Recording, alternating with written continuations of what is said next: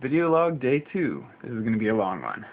Well, I woke up in Carenport in my tent about 6 a.m. It was a pretty cold morning, 8-9 degrees Celsius. I was really reluctant to get out of my sleeping bag, especially since the husky I was around the corner from didn't open until 7 a.m. So I waited for a bit, got up, had breakfast, got ready to go. Didn't make it out as early as I'd planned. Actually left town about 10:30 in the morning. But got to walking. Had a really good vibe, felt really good energy because wind was at my back, so I took that as a good omen, and it turned out to be.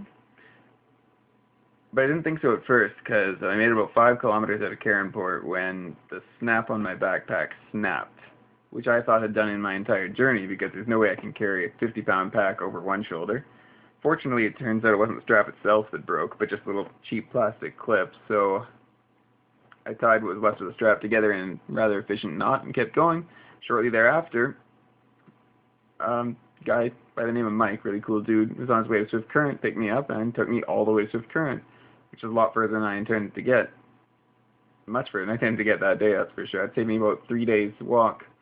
Along the way, we passed a couple of very interestingly named Saskatchewan towns, one by the name of Keeler and one by the name of Mortlock, which I'm pretty sure is most accurately translated to English as Lake of Death.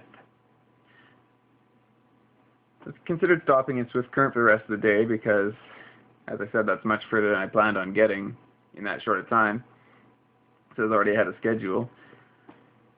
But being the stubborn and resilient bastard that I am, I kept walking west. It's only about 1:30 in the afternoon when we got into Swift Current, and just barely got outside of town when, in retrospect, I really second-guessed my decision to keep walking and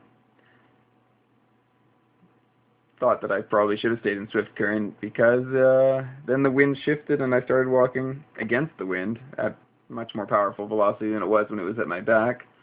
And then it started raining for the first time in my journey. Nice cold rain coming at me, full force in the wind. So I got to bust out the backpack rain slip cover and my adeptly purchased rain gear from Canadian Tire for the first time. That lasted all of about 15-20 minutes before it was absolutely torn to shreds by the wind. Obviously, purchasing the cheapest variant on rain protection for a cross-country hike isn't the wisest of ideas, as I know now. Fortunately, I was only walking along in my shredded rain gear for about another 10-15 minutes when a very interesting dude from Utah, he was coming through from Maine. Honestly, I don't know why he was going through Canada, but apparently he was driving back to Utah from Maine, came through and picked me up. He looked a little wary, like not sure whether or not he should be picking me up, but after we got to talking for a bit, he seemed like a really chill dude. We had a lot in common, shared a lot of stories along the way. I told him I'd be happy if he could take me as far as Maple Creek, which would get me halfway to the Saskatchewan-Alberta border from where I was.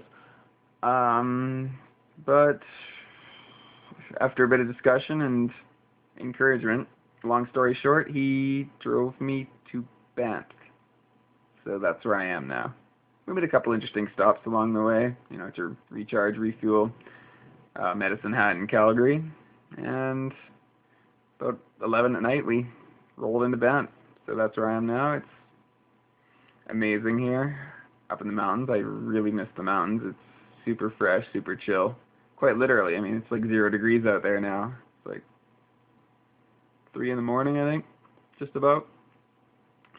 And yeah, I should probably get to bed soon, because I'm going to get up bright and early tomorrow, explore, maybe do some hiking around Banff before I head out of town. But it's really crisp out there, really brisk. I love it. Fresh mountain air, nothing like it. I'm going to try to get some rest. Thank you for watching, all who did bother to watch all this, and if anybody has any questions, that's what I'm going to start doing here. If you have any questions, just go down in the comments section and post below any questions you have about my trip, my journey, or any aspects of it, and I will answer them in the next video. Skeletor off.